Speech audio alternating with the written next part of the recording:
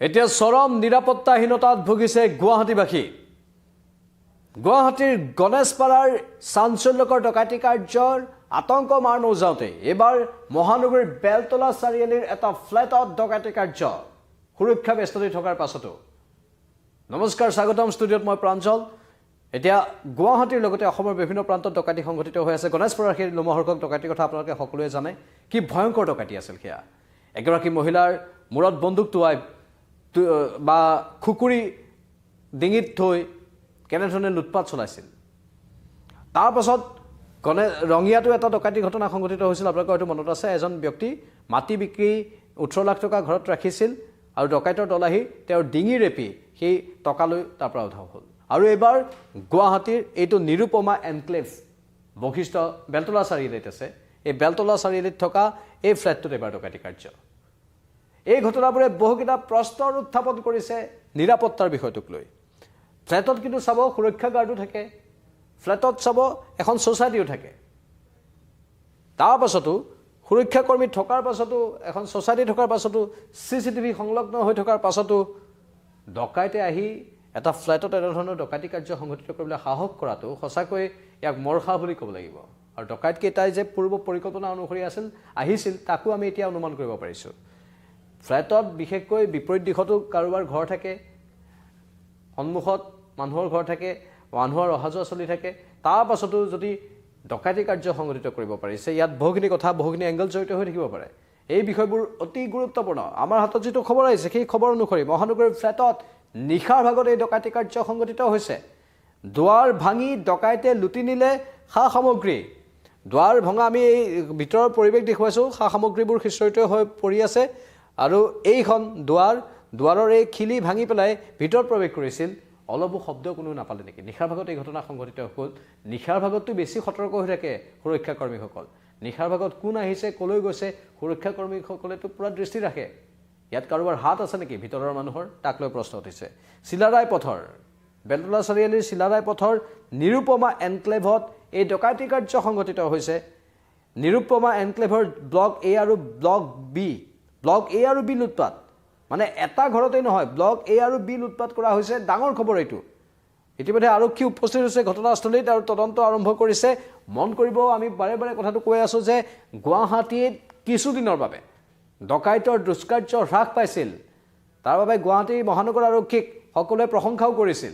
কিন্তু আকৌ এই ডকাইতৰ দপদপনি বৃদ্ধি পাইছে। মানে ক'ৰবাত সোপা ঢিলা হৈ গ'ল নেকি নীতি?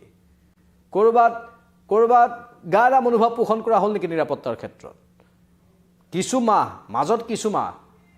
মাহৰ বাবে গুৱাহাটী শান্ত হৈছিল, গুৱাহাটী আনন্দমুখৰ হৈছিল, কোনো চুৰ ডকাইত নাছিল। আকৌ সেই চুৰ ডকাইতৰ উৎপাত উত্তৰ পূৰ্বাঞ্চলৰ দুৱাৰমুখত। সেই প্ৰশ্নবোৰ আহিছে, আৰু এইবোৰ আহিছে ক'ৰ পৰা? পুনৰ সেই প্ৰশ্নটো আহিব। গুৱাহাটীত থিতাপি লৈ এওঁলোকে বিভিন্ন প্ৰান্তত এইবোৰ সংঘটিত কৰি আছে, নে বাহিৰৰ পৰা আহি সংঘটিত কৰি পুনৰ বাহিৰলৈ গুচি যায়? সেই প্ৰশ্নবোৰ আহিছে। শান্ত গুৱাহাটী আকৌ অশান্ত হৈ পৰিছে।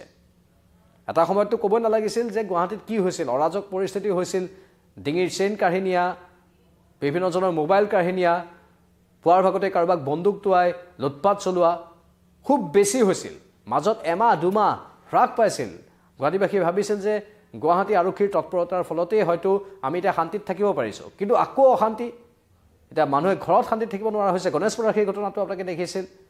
অৱশ্যে পাছত 2-3জনক কৰায়ত্ব কৰা হৈছে গণেশপাৰাৰ ঘটনা সন্দৰ্ভত। যি কি নহওক, ঘটনাটো হৈ যোৱাৰ পাছত, কাৰোবাৰ মানুহৰ হানি বিঘিনি হৈ যোৱাৰ পাছত এনেধৰণৰ ডকাইতক কৰায়ত্ব কৰি বৰ বিশেষ বাৰু যি কি নহওক, তদন্ত আইনৰ অধীনত তদন্তবোৰ বাৰু চলিবই। ৰঙিয়াৰ যিটো ঘটনা হৈছিল, এজন মানুহৰ মাটি কিনাৰ পাছত, মাটি বিকাৰ পাছত সেই টকাখিনি ঘৰত ৰখাৰ কথা গম পায়। স্বাভাৱিকতে তেওঁৰ আশে পাশে থকা মানুহে সেই খবৰ দিব পাৰে, তেনেধৰণৰ সন্দেহ কৰা হৈছে। বা তেওঁৰ লগত থকা মানুহ বা জনা শুনা মানুহ, যিজনে জানে যে তেওঁৰ ঘৰত টকা আছে, তেওঁলোকৰে হয়তো কোনোবা ইয়াত জড়িত থাকিব পাৰে, সেইখিনি সন্দেহ কৰাৰ থল আছে। কিন্তু ডিঙি ৰেপি সেই মানুহজনৰ গোটেই সম্পত্তি লৈ গ'ল। মানুহজনৰ কিবাকৈ মৃত্যু হ'লে অঘটনে হৈ গ'লহেঁতেন। মানে এই কথাবোৰ অতি চিন্তাজনক। আমি স্বাভাৱিকতে এই বিষয়বস্তুবোৰ চাবলৈ আৰক্ষীৰ এটা বিশেষ চেল থাকে। তেওঁলোকে ভিতৰৰ কথাবোৰ বিশেষকৈ আণ্ডাৰ কভাৰ হৈ কিছুমান কাম কৰি থাকে। আৰু তেওঁলোকে ডকাইত বা চোৰৰ এই যিবোৰ গতিবিধি সেইবোৰ লক্ষ্য কৰি থাকে। যাক সন্দেহ কৰা হয় ডকাইত বা চোৰ বুলি, যাৰ হিষ্ট্ৰী থাকে, যিবোৰে জেল খাটি আহে, তেওঁলোকৰ ওপৰত বিশেষ চকু ৰখা হয়।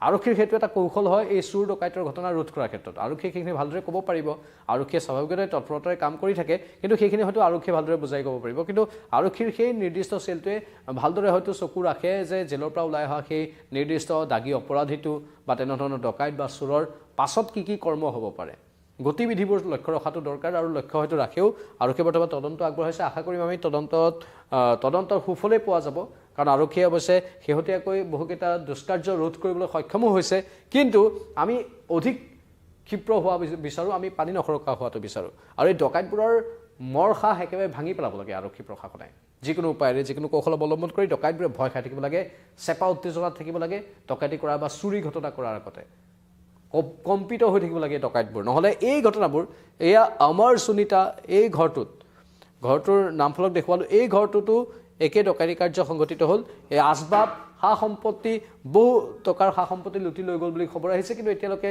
কিমান পৰিমাণ সেয়া জানিব পৰা হোৱা নাই আমাৰ সতীৰ্থসকলৰ সহায়ত আমি জানিবলৈ চেষ্টা কৰি আছোঁ পৰিমাণৰ বিষয়ে এতিয়ালৈকে বিশদভাৱে তথ্যখিনি অহা নাই যে কিমান পৰিমাণৰ ধন সম্পত্তি বা সোণ তাৰ পৰা লুটি লৈ গ'ল কিন্তু এটা বৃহৎ অট্টালিকা বৃহৎ ফ্লেট বহু আৱাসী আছে তাত কেইবাটাও ব্লক আছে এ আৰু বি ব্লকত সংঘটিত হৈছে মানে চুৰ বা ডকাইতে জানে তাত মানুহ নাছিল অথবা গোটেই গতিবিধিখিনি জানে ভিতৰৰ খবৰ দি থকা মানুহ আছিল ভিতৰৰ খবৰ হয়তো দি থকা মানুহ আছিল তেওঁলোকক আৰু সেই ভিতৰৰ খবৰবোৰ হয়তো লাভ কৰি আছিল মই পুনৰবাৰ সেই খবৰটো আপোনালোকৰ বাবে কৈ দিব বিচাৰিছোঁ দুৱাৰ ভাঙি ডকাইতে লুটিলে সা সামগ্ৰী চিলাৰায় পথৰ বেলতলা চাৰিআলিৰ চিলাৰায় পথৰ নিৰুপমা এনক্লেভত এই ডকাইতি ঘটনা নিৰুপমা এনক্লেভৰ ব্লক এ আৰু ব্লক বিত এই লুটপাটৰ ঘটনা সংঘটিত হৈছে আৰক্ষী উপস্থিত হৈ তদন্ত আৰম্ভ কৰি আছে নিশাৰ ভাগত এই ঘটনা সংঘটিত হোৱা বুলি কোৱা হৈছে কিন্তু আপোনালোকে এই নিৰুপমা এনক্লেভটো দেখিলে গম পাব বহুত কেইঘৰ মানুহ আছে ইয়াত বহু মানুহ আছে ইমান মানুহ থকাৰ পাছতো কেনেধৰণে আহি এই ডকাইতি কাৰ্য সংঘটিত কৰিবলৈ সাহস পালে তাকো দুটাকৈ ফ্লেটত এই ডকাইতি কাৰ্য সংঘটিত কৰিছে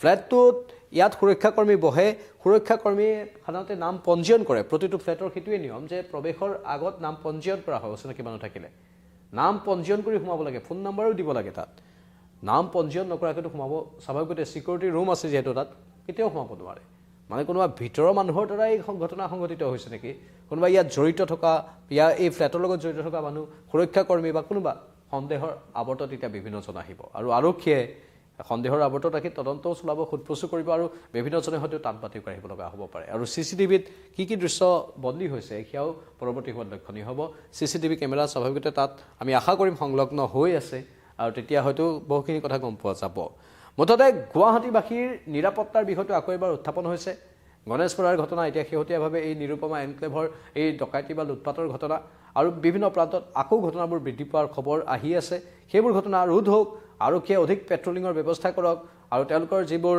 এজেণ্ট আছে সেই এজেণ্টবোৰক নিয়োগ কৰক চুৰ ডকাইতৰ গতিবিধিবোৰ চাবলৈ চুৰ ডকাইত পূৰ্বৰ হিষ্ট্ৰী থকা চুৰ ডকাইতবোৰে কেনেধৰণৰ কাম বৰ্তমান কৰি আছে তেওঁলোকৰ গতিবিধি কেনেকুৱা ক'ত তেওঁলোকে বহে মেল মিটিং ক'ৰবাত কৰে নেকি বিশেষ গোডাউন বা আন প্ৰান্তত কিবা আড্ডাস্থলী তেওঁলোকৰ আছে নেকি সকলোৰে ওপৰত চকু ৰাখক নিৰ্বাচনো আহি আছে আৰু এনেধৰণৰ ঘটনা ৰোধ হোৱাটো সকলোৱে কামনা কৰিছে নহ'লে এনেই চৰকাৰখনৰ প্ৰতিও মানুহৰ যিকোনো ভাৱ আহি যাব পাৰে আশংকা সেইবোৰো ঘনীভূত হৈ পৰে আমি আশা কৰিম এই চুৰ ডকাইত লুটপাটৰ ঘটনা বা এনেধৰণৰ ড্ৰাগছৰ ঘটনা সমগ্ৰ অসমতে কমি যাওক বিদায় লৈছোঁ এই পোনপটীয়া সম্প্ৰচাৰৰ পৰা নমস্কাৰ